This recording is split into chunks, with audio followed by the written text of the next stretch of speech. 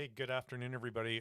Mike from Flex Radio, and today I want to go over some more stuff on DAX and some more stuff on CAT. And I've got a diagram I think which may explain things and how they interact with your other programs. I'm going to give it another few seconds for people to join, and then we'll get going. But I have a brand new green screen. We're not quite done tuning it in. It's really cool, but we had to sew it, my wife and I. So we have 3 sewing machines here. And out of the 3, only one works. And the only one that worked was an old Singer, straight stitch, no reverse. I just looked up the serial number for it. It was built in 1910. And it's still stitched amazingly well. So I thought that was pretty cute. They just don't make stuff that way anymore. Even the belt was still good. So without any further ado, and we'll start down 2 parts. We're going to do DAX first. And how does the DAX audio get from the back of the radio or even the antenna over to my digital program, which might be WSJT, and my audio is really low, so thanks very much. And I'm going to get Peter to I was joking with Peter earlier to teach it. There, Ken, how's that audio? We've upped it a bit. This mic's a little, I have to be pretty hot with it, so, which is fine. That's what I want. And so here we go. So let me bring up this diagram that I did earlier. We'll get rid of me because you don't need to see me. And we'll scroll in a bit. Well, we're going to start here with the radio, right? So you got the radio. And so we have antennas hooked up to the radio. And so we'll come back just a bit in the audio. And, we get audio out of the radio and it comes into Smart SDR. Now we're going to use Smart SDR here for Windows as our example, but that could be a Maestro. And to be honest, it could be any other client because what happens after that is still identical. Thanks, Peter. And so we will, we come down through here. We've got a 2-slice window open, and there's slice A and slice B. And so this is the part we're going to focus on. Let's just do the receive part first.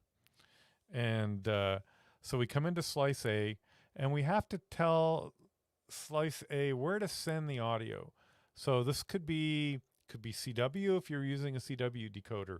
It could be WSJT, could be MMTTY, two-tone, FL Digi, DM780. It doesn't matter. It's all the same. We've got to just sort of track the audio and how do we get it to our program on the back end.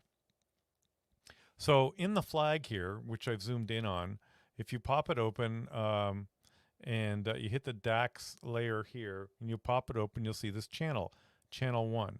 So we're slice A, channel 1.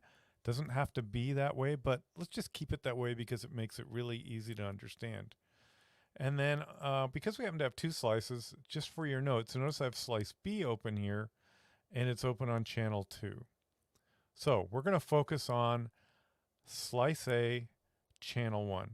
Well, that slice A and that channel 1 over here in Smart SDR for DAX, let's zoom out a bit, is this channel 1. That one and this one are the patch cable that holds them together.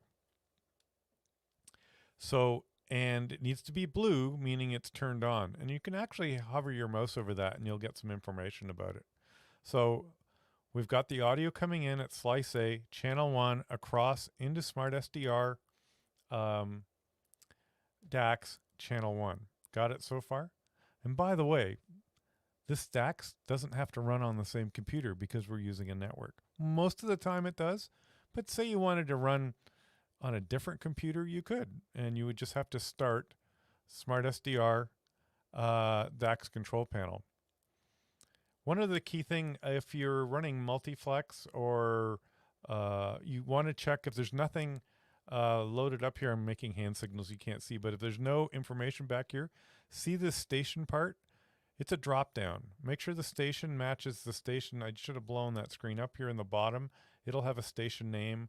Usually by default, it pulls in the name of your computer, like, HP, desktop, something. And you can click on that right here in Smart SDR and change it. You can call it, your call sign desktop or something like that. And it'll show up here.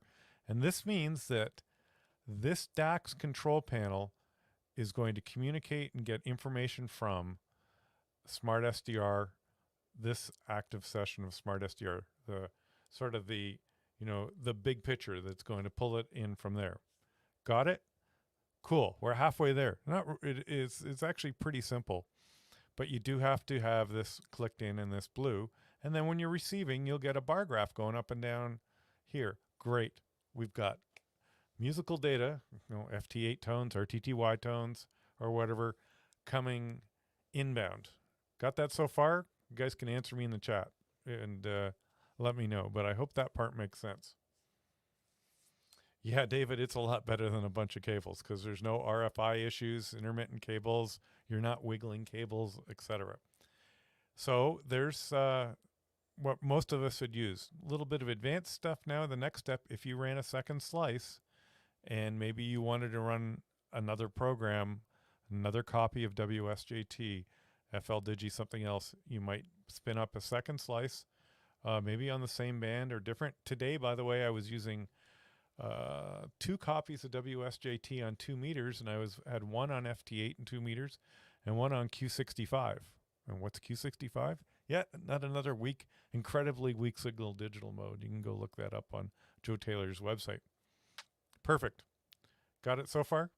So let's slide over here. Let's slide over here. All these channels. And I'm only worried about receive. We'll come into transmit in a minute. This is the part that you need to know because it helps you later down the road. And the numbers are 1, 2, 3, 4. If you've got a 6700, you go up to 8. If you've got a 63, 6500, they only go to 1 and 2. So this one is this DAX Audio RX1. DAX, Digital Audio Exchange, Audio Channel 1. Don't use the reserved ones. Some of them are called reserved. Just ignore it. That's just something we can't hide, and it's part of Windows. Okay, DAX RX1. And because we're doing 2, we also have DAX RX2. Okay, you've probably all played with Control Panel, and if you've done digital stuff before, you've had to go look for what is the default one? USB sound. That's the only clue you get. And it's really confusing. Is that my radio audio? And I know my radio of other vendors actually shows up just like USB audio channel, I think it says. So and then if you were smart, you would go and rename it. Okay. So let's go down a page, and I'll drag this over here, and we'll zoom in here and roll up a bit. And we can see I've just copied that screen over here. So we got DAX RX1, DAX RX2. Got it? Same thing. This is a copy and paste. Hey, Raphael. And then David's going to keep me honest.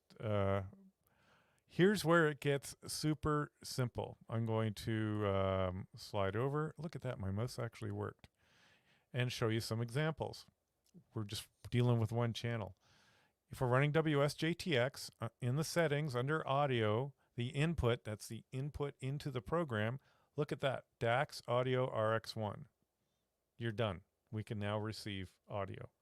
For N1MM, we have, it's a little more complicated, but it's exactly the same idea.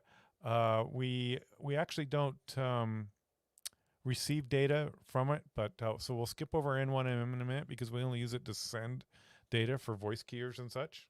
Hey, Dave. Let's look at FLDigi because I get a lot of requests for FLDigi. In FLDigi, we'll zoom in a bit here. In the configuration, this is 4.1.18, which I just downloaded the other day. In the configuration under sound card devices, we're going to capture, same thing, receive, capture, DAX Audio RX1. We now have what our receiver hears showing up in FLDigi.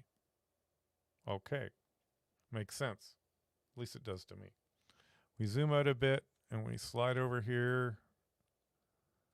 And my slide button's not working on my mouse.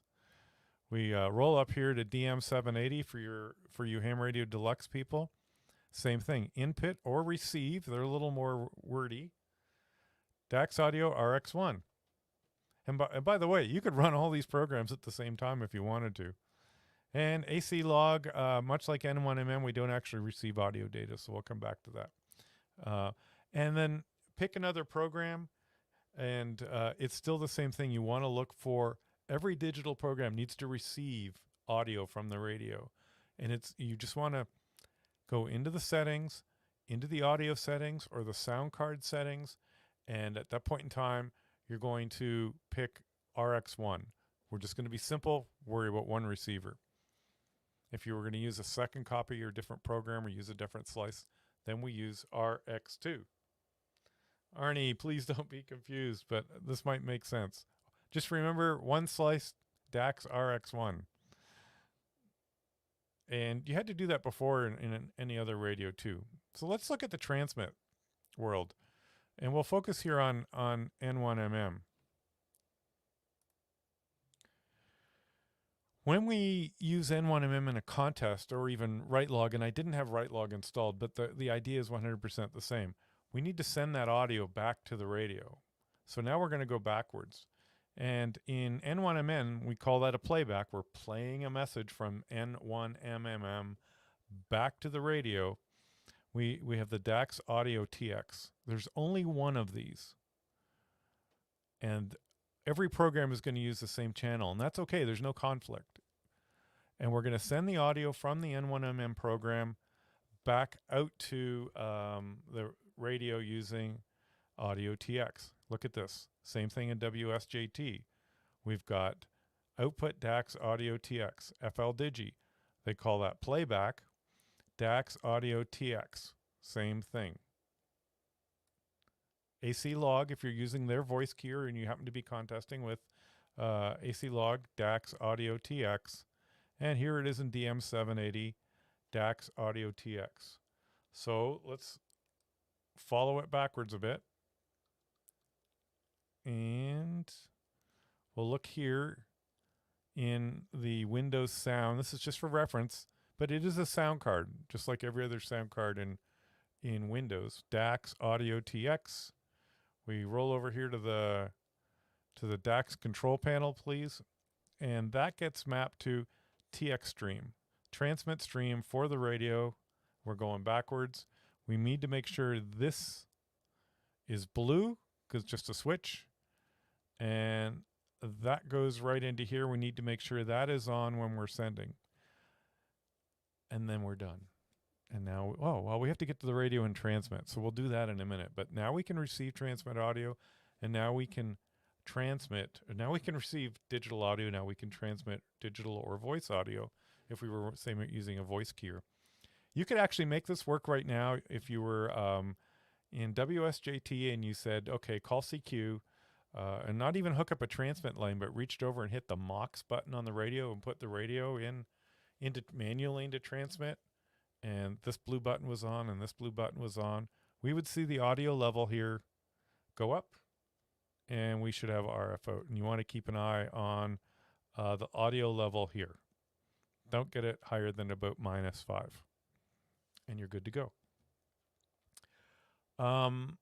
For you N1MM users, please follow the cookbook. And you can download that on the website. Just Google Flex Radio SO2R because the setup's all the same. And 6700 because it was originally written for the 6700, but it applies to all devices. And bit of advanced stuff here, so more for the contesters. Leave this off when using N1MM. M1MM will turn DAX on as required. And so it turns it off while the voice key are sending, CQ contest. When it's done, the radio goes to receive. It turns the DAX off because you can only have the DAX or the mic on at the same time, not both. It's done that by design. So you only want it on when your voice keyer. So there's that. That is the bigger picture. Okay, Arnie, well, we'll get it figured out. You can always ask questions too. And that is simply put how the audio works.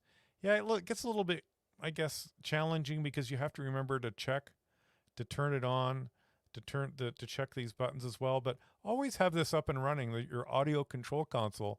If you're not receiving anything, do you have a bar graph here? If you're not transmitting anything and you've got no power out, do you have a red bar graph here? Do you have a red bar graph here in Smart SDR? And again, do you have an RF signal? PSK Reporter, by the way, is a great tool to use to see if you're being heard, but that's a whole other story. Thanks, Glenn, for the kind words. So that is that's the audio. I hope that helps. So let's look a little bit at CAT. CAT can be a little more overwhelming only because it's so powerful, and it takes us far beyond anything we've done in any other HF radio before, where we could only do one thing. So let's see if this works. We're going to open recent and open my CAT document, and sort of the same idea.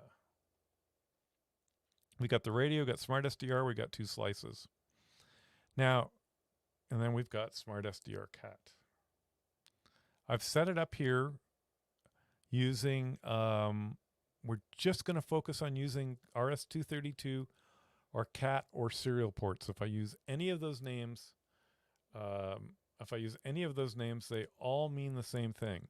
So serial, RS-32, CAT, same protocol. Got it? So what we're going to do is we're going to, and you can only have one CAT number per computer. You can only have one CAT 6, one CAT 7, one CAT 8, one CAT 9, one CAT 97. Okay, and they can't conflict with anything else. And that's okay. And when we get them set up, they never change. And so that's pretty helpful too. So let's bring this back up full screen. And so we have, again, slice A, slice B, and you create these by adding them. You click add, and there's a bit more detail in the manual, so I'm going to force you to go there. But under the covers, what happens is we create a port. So I created a CAT, begins with C, and I've got over here what they mean. CAT port COM6 and attached to slice A. So that means we're going to read the frequency data and the mode data, maybe a few other things, from slice A. We only care about this receiver. Imagine this receiver was sitting on your desk. It's just that receiver. And the advantage of a flex design is we could have 2 receivers sitting on your desk. You could have 8 receivers sitting on your desk. So we'll focus just on this. The auto switch TX, which you want to leave on, means that if I put the radio into transmit to automatically switch the transmitter, because we only have one transmitter and all these main receivers, switch the transmitter and have the transmitter be active, which is sort of what we do all the time. Most of us will just be using one slice. I'm going to recommend, I'm an old school RS-232 CAT port guy, and I always had one COM port for computer control, CAT control, and another one for push to talk. So when you configure your software, you can use CAT commands for setup. And I apologize, I meant to pull up an FL Digi diagram, but I don't have one ready to go. So, but here we go. We've got CAT 6, auto switch TX. It's assigned to slice A. And by the way, when you start your program, let's say it's WSJT, it will say process WSJT. If you're using Slice Master, you don't have to worry about doing all this. If you're using N1MM in a contest setting, it will say under process N1MM something. I can't remember what it is, but you want to see if there's some sort of process. That's the program that's connected to it. And here in the second one, we'll see we've got slice B. And yeah, John, we all needed it 2 years ago. Slice B is connected to slice B, COM9. Got it? So there are other ones here. There's, you know, C, it's got this TCP number. That's a specialized addressing. I outline it here. It's used for TCP ports. WSJT supports that if you want to learn about it. It just makes it more current. Instead of using 60 or 70-year-old archaic TCP or archaic RS-232 ports, we're now getting into TCP ports, and they're called raw sockets.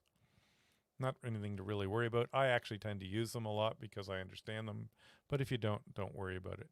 But in WSJT, if you select flex, then it's going to expect a raw socket, so you'll have to look up that setting.